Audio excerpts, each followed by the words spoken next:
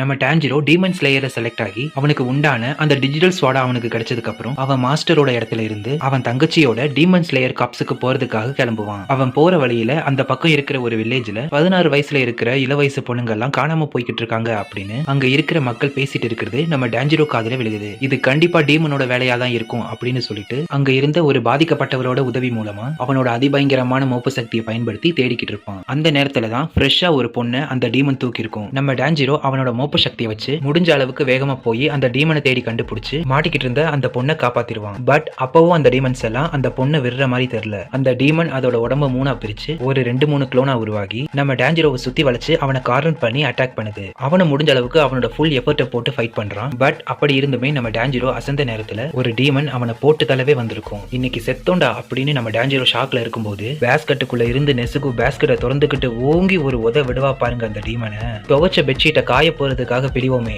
அந்த மாதிரி அந்த டீமனோட கழுத்து திரும்பிக்கும். ஒரே தான் சரியான அன்எக்ஸ்பெக்டட் மூமெண்ட், தரமான ஒரு சீனு. அந்த டீமன்ஸ் எல்லாம் அதை பார்த்து மிரண்டிருக்கும். எனது ஒரு டீமன் மனுஷங்க கூட சேர்ந்து வேலை பார்க்குதா அப்படின்னு.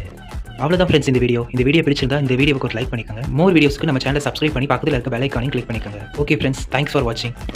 என்றும் always my respect, God of shinobi and God of கென்ஜுட்சு.